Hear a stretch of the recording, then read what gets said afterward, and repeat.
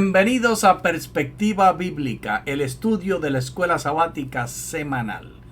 Bienvenidos sean todos. ¿Cómo te encuentras, Johnny Ramírez Johnson? Siempre contigo, Clara, es un placer estar presente.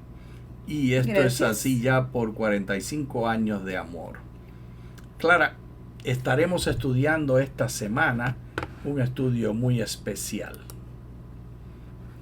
Es la lección 2 para el 9 de julio del 2022, los crisoles venideros, Johnny. Así que no es uno solo, sino que son muchos en plural que nos está hablando el autor. Muchos crisoles. Crisol es una cavidad en los hornos que recibe el metal fundido, normalmente hecho de grafito y arcilla, y puede soportar temperaturas muy altas para derretir cualquier metal. Y a esto es que nos sometemos como cristianos continuamente. Y estos crisoles son de prueba. Oramos, Clara Mercedes. Oremos. Gracias, Señor, por Gracias, el privilegio Padre. de estar contigo. Gracias. Gracias por tus bendiciones y porque tú nos das la oportunidad de estudiar tu santa palabra. En el nombre de Jesús. Amén. Amén. Pues Clara, estudiar la Santa Palabra quiere decir enfocarnos en entender las palabras que se usaron y sus significados. Y esto lo hemos decidido ya en Perspectiva Bíblica, siempre hemos estado haciendo esto. Y ahora aquí, Clara, tenemos que estamos interesados en entender el significado de Primera de Pedro 4 del 12 al 9 e iremos analizando las palabras. ¿Nos guías en el estudio leyendo el verso 12? Sí, Johnny. Y algo bien importante que me encanta de Perspectiva Bíblica es que nosotros buscamos material, buscamos del original, porque queremos presentarles un material único. A veces tal vez se complica un poquito. Pero no queremos estar leyendo porque ya todos tienen su folleto y lo pueden leer. Lo estamos haciendo, agregando, investigando, que usamos mucho tiempo, a veces hasta 8 horas, Johnny. Bueno, vayamos al estudio. Entonces, lee. Amados, no se sorprendan por el fuego que arde, pirosis, entre ustedes para ponerlos a prueba, como si les aconteciera cosa extraña. Aquí está Clara Mercedes, la idea de el apóstol hablándonos del fuego como algo que produce un cambio en el carácter. Esta idea de el apóstol Pablo no viene de la nada, tampoco viene del hebreo. Esta idea del apóstol Pablo viene del mundo grecorromano. La ilustración más antigua que conseguí viene del 1472, Clara. Aquí está en Wikipedia. De Wikipedia, esta pintura de los 4 elementos sublanares, fuego, agua, aire y tierra, según un grabado del 1472. ¿Sabes tú que la medicina que nosotros 20 practicamos... años antes de Cristóbal Colón 20 años antes venir de a América. Y tantos años después de Pedro haber escrito su carta, pero todo todavía exactamente como lo enseñaban los romanos, como el mundo greco-romano, porque los griegos inventaron esta manera. Y notas que son 4 círculos que están entrelazados unos con otros, Sí. todos entrelazados por un círculo mayor. Y esto lo que está diciendo es que esto define la tierra, esto define la experiencia humana. Tenemos el ignus, que es el fuego, que es el que el apóstol Pedro está usando de la manera que los greco-romanos lo usaban, no de la manera que los judíos lo usaban. El agua, el viento y la tierra. Y estos 4 elementos explican el movimiento de la tierra, de acuerdo a los greco-romanos. Aquí está una representación de lo que esto quiere decir de acuerdo a los greco-romanos en castellano. Y notarás, Clara Mercedes, que lo que está hablando aquí es que el fuego va de caliente a seco. Y la tierra va de seco a frío. Y el agua va de frío a húmedo. Y el aire va de caliente a húmedo. Entonces, estos 4 puntos con estos 4 características definen 4 temperaturas. Definen no solamente temperatura, seco y húmedo, frío y caliente, definen la experiencia humana. Y la enfermedad se entendía como un desbalance de estos. Y la medicina grecorromana procuraba traer el balance. Y eso se estuvo practicando, Clara, hasta los 1800. Porque sangrar a la persona supuestamente restauraba el balance. Que el plomo de la bala que entró a él produjo un desbalance. Y se soluciona el balance sacándole sangre.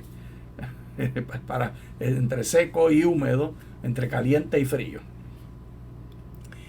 No nos parece lógico a nosotros, nos parece totalmente absurdo, pero la medicina grecorromana, el mundo y la física grecorromana estaba basado en eso, y con eso en mente es que tenemos que leer el texto.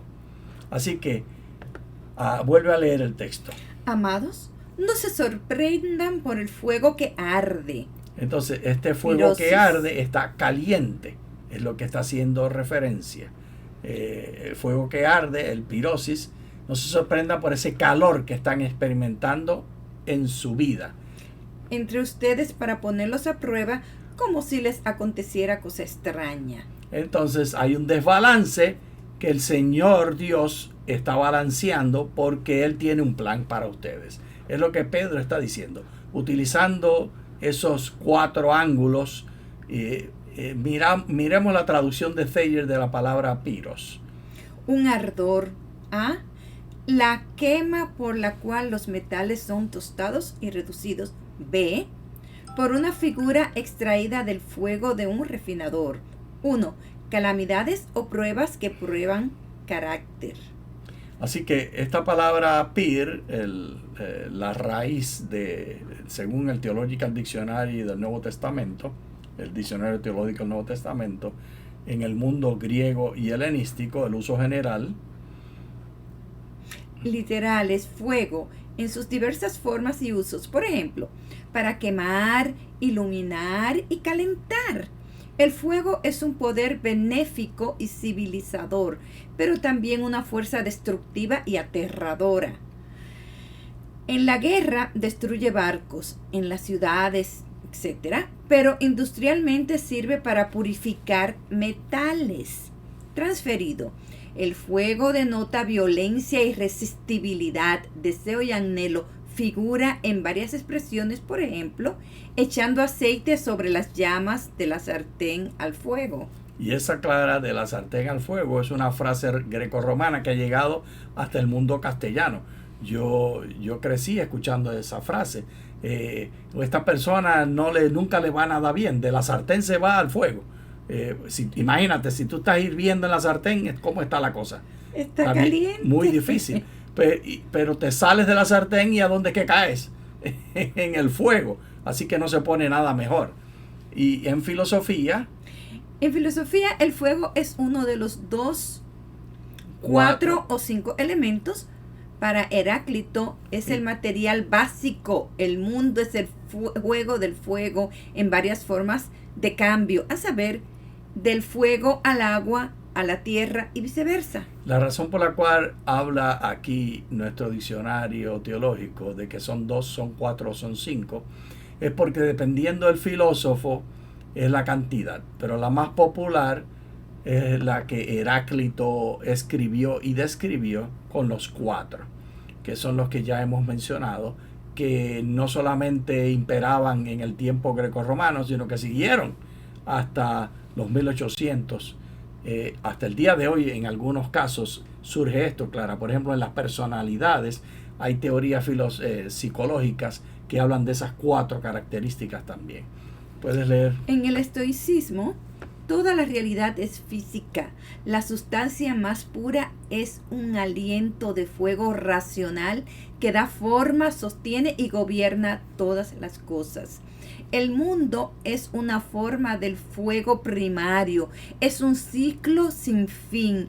El alma, que es psique, como fuego, continúa después de la muerte, pero regresa al fuego primigenio en la conflagración cósmica. Y ya te das cuenta de cuál es esta palabra psique.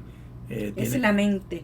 Es la mente. Lo que pensamos. Y el origen de la palabra psicología, por ejemplo. Así que cuando... En otras palabras, aquí se podría leer: nuestros pensamientos como fuego continúa después de la muerte. Y así pensaban los grecorromanos, que uno no moría, sino que continuaba el alma, es decir, el pensamiento, seguía por la eternidad. O el recuerdo. Sí. Entonces, Clara, con esto en mente, volvamos a leer lo que dice Pedro.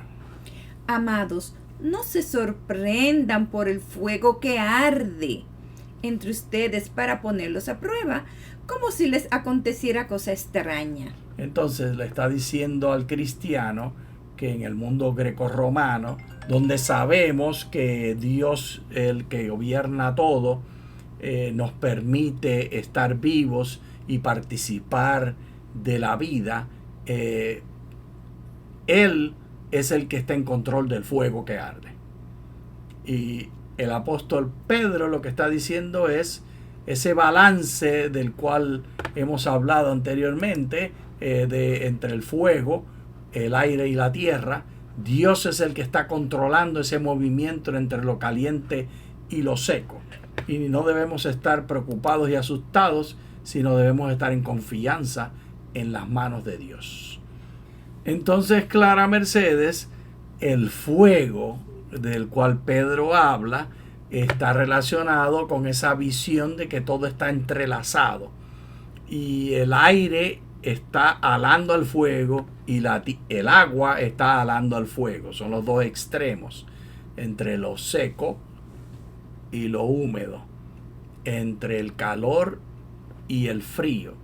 Y Dios está en control de todo esto y nos ayuda en todo momento en el camino de la tentación y de la prueba. Esto es lo que el hermano Pedro está sugiriendo para nosotros.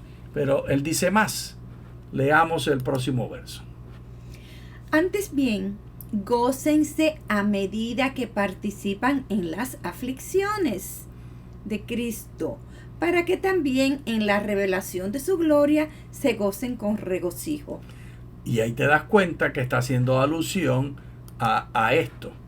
Está poniendo los extremos de los cuales habla. Cuando tenemos el fuego, entonces podemos acordarnos que va a llegar el momento cuando van a estar estas otras opciones, que va a estar la revelación de su gloria para que se gocen con regocijo. Así que está contraponiendo las aflicciones de Cristo con la revelación de su gloria. Está contraponiendo las aflicciones con los gozos y el regocijo. Y esa manera de conseguir ese balance es lo que Pedro está diciendo. El que está en control del balance es nuestro Dios. Sigamos en las palabras que Pedro usó. Cuando son injuriados en el nombre de Cristo, son bienaventurados, porque el glorioso Espíritu de Dios reposa sobre ustedes. Y date cuenta que el glorioso Espíritu de Dios no es otro sino el aire que está balanceando. El Espíritu de Dios, que la palabra espíritu se puede traducir como aliento, como viento y como persona. Espíritu Santo es la misma palabra, y en el mundo grecorromano, al igual que en el mundo hebreo, se refiere a la intervención divina. Y en este caso el hermano Pedro está atando y casando estas dos versiones en estas ideas que él está dando de quién está en control. Y nosotros debemos sentirnos bienaventurados al ser injuriados, porque el Espíritu de Dios está con nosotros. Y de nuevo, contrastando la una cosa con la otra, haciendo este balance de acuerdo a la cosmovisión grecorromana. Esto lo hace continuamente el apóstol Pablo, y él lo hace Pablo lo hace de una manera mucho más fina que lo que Pedro consigue. Lo que Pedro hace es un poquito más rudimentario en su presentación, pero no es de maravillarse, porque tenía menos educación el apóstol Pedro. Es sorprendente que haya conseguido conocer tanto de los grecos romanos, uno que era un pescador, Clara Mercedes. Leamos entonces el próximo verso. Así que ninguno de ustedes padezca como homicida o ladrón o malhechor o por entrometerse en asuntos ajenos. No sean entremetidos. Y todas estas, claras, son cosas que el ser humano está en control. El ser humano está en control cuando se convierte en un homicida, porque no está usando la palabra que implica en griego ir activamente a matar a otra persona. No es que mató a alguien, sino que cometió homicidio. Planeado. Es planeado. El ladrón planeó ir a robar. El malhechor planeó lo malo que iba a hacer. Y entrometerse en los asuntos ajenos, por supuesto. Y te das cuenta que lo da por gradación. Comienza de lo peor que puede hacer el ser humano a lo más leve, que tiene que ver únicamente con palabras.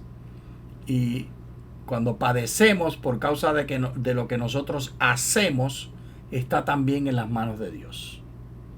Y aquí el apóstol está diciéndonos que aun cuando estamos en esta situación, que nosotros mismos nos hemos causado el mal y el desbalance de nuestra vida, podemos confiar en Dios. Mira cómo sigue él.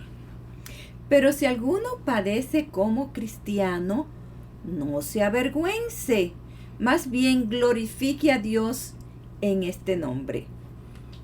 Así es, Clara Mercedes.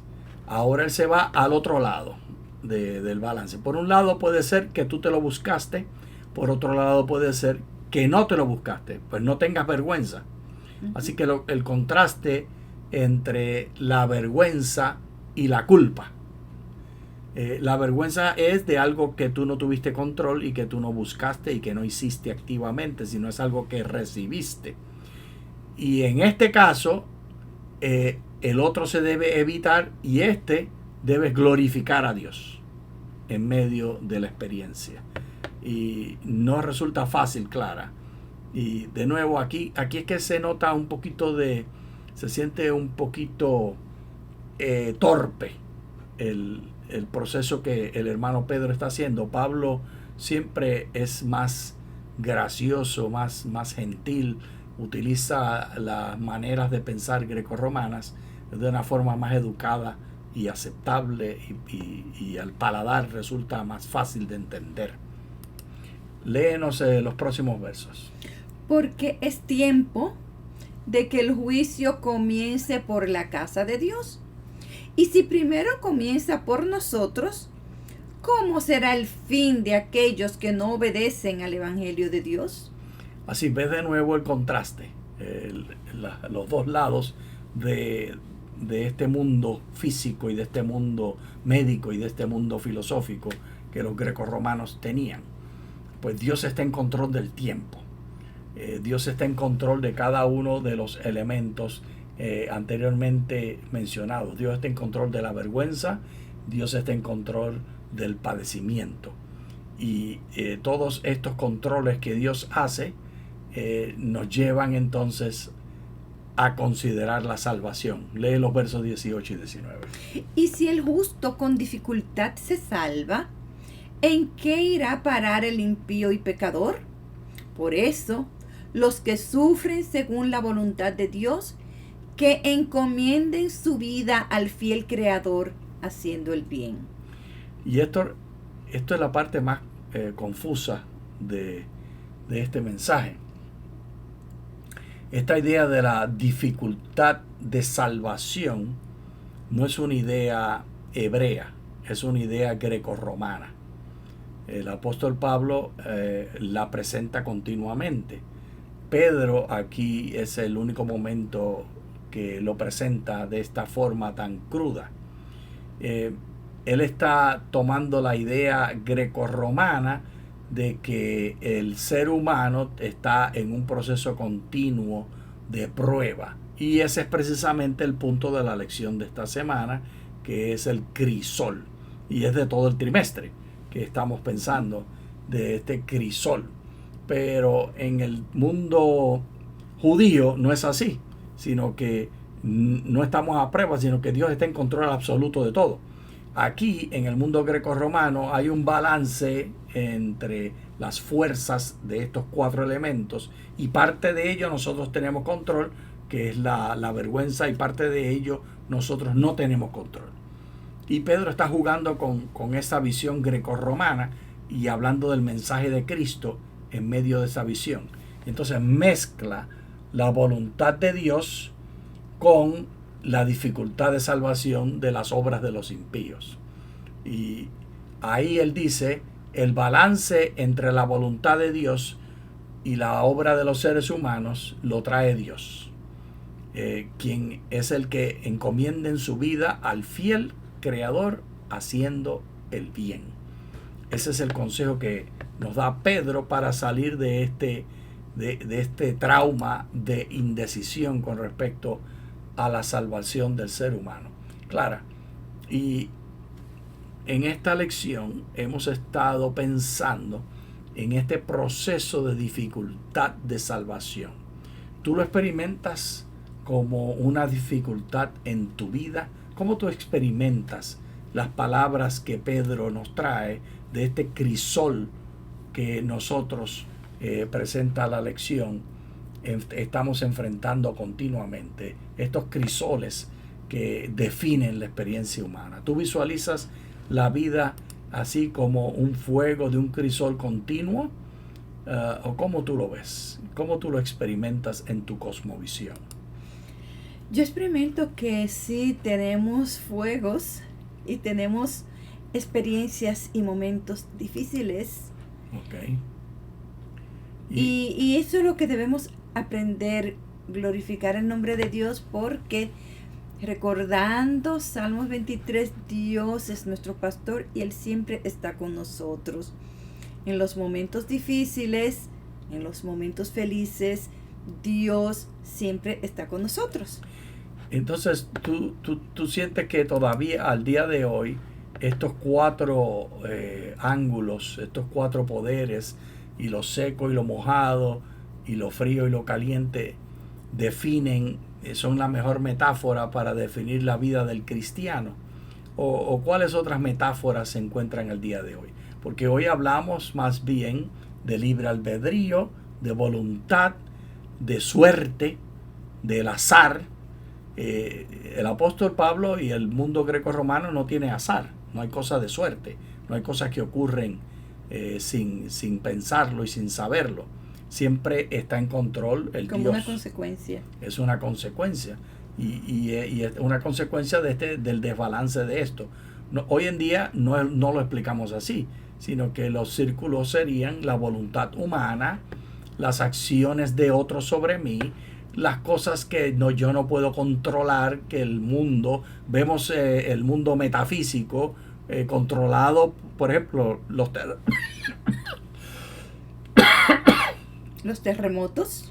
Los terremotos ocurren no por voluntad de seres humanos, ni por voluntad de Dios, ni de los dioses. En el mundo del día de hoy hay causas científicas y visualizamos lo que ocurre negativo contra los seres humanos como causa y efecto de las explicaciones científicas. Y hay un desbalance entonces entre el mensaje de la Biblia y lo que experimentamos en el diario vivir. La Biblia no tiene azar, no hay juego de loto que tal vez me lo gano, tal vez no me lo gano, y mi esperanza está puesta en esa oportunidad estadística que es infinitesimal, insignificante. Hay más hay más posibilidades de que me caiga un rayo y me parta que el yo ganar la loto. ¿Tú sabías esa estadística? Pues así es. Y sin embargo, Clara Mercedes, vivimos en un momento en este mundo posmoderno donde tenemos personas que han negado la ciencia y no quieren las vacunas y piensan que hay cosas misteriosas que el ser humano ha planeado y ha puesto en movimiento, personas que tienen poderes grandes económicos que están atacando el bienestar. El apóstol Pablo le diría a todos estos que Dios está en control. Volviendo al verso 12, ¿qué le diría el apóstol Pablo a los que piensan que Bill Gates y otros millonarios están controlando lo que ocurre con las vacunas y que quieren tomar control de tu cerebro? ¿Qué es lo que diría Amados, no se sorprendan por el fuego que arde entre ustedes para ponerlos a pruebas como si le aconteciera cosa extraña. Y no se deben sorprender porque Dios es el que está en control. Y el apóstol Pedro resolvía esos dilemas que tenemos el día de hoy entre suerte y voluntad, entre libre albedrío y razones de física y de química, de causa y efecto. El apóstol Pedro lo que dice es: Dios está en control. Pero Pedro lo está diciendo en medio de su esquema filosófico de las cuatro fuerzas que definían la realidad física y metafísica del mundo grecorromano. Hoy en día esas fuerzas son diferentes y de hecho no existe una filosofía compartida por todos que explique cómo funcionan las realidades el día de hoy. Y por eso mismo hay una contradicción muy grande. Estamos en un periodo que el 30% de la población de Estados Unidos no cree en causa y efecto, no cree en la ciencia, y están seguros que lo que un político les ha dicho y ha inventado define la realidad. Y en medio de ese mundo que vivimos, volvemos a pensar en las palabras de Pedro, donde él nos llama amados y nos pide que no nos sorprendamos, sino que estemos en paz, porque en medio de los fuegos Dios está poniéndonos a prueba. Y así Pedro simplifica la realidad del mundo que tú y yo vivimos y que muchos imaginan tan diferente al mundo científico del control de causa y efecto, sino que imaginan que hay poderes que están en coordinación para hacernos daño y el gobierno ya no tiene la capacidad de dirigir este planeta y este país. Pero Pedro y su palabra siempre está presente, no importa lo que nosotros pensemos respecto a esto. ¿Es esa tu confianza, Clara Mercedes? Yo confío en el Señor y confío en que Dios está con nosotros todo el tiempo. Cuando hay fuego, está con nosotros. Cuando hay aire, está con nosotros. Cuando hay agua, está con nosotros. Y cuando hay fuego, también. Y en ese ciclo de los cuatro extremos, entre lo seco y lo mojado, lo frío y lo caliente, Pedro nos dijo: Dios está en control. Dios está en control. Muchas gracias. Muchas gracias.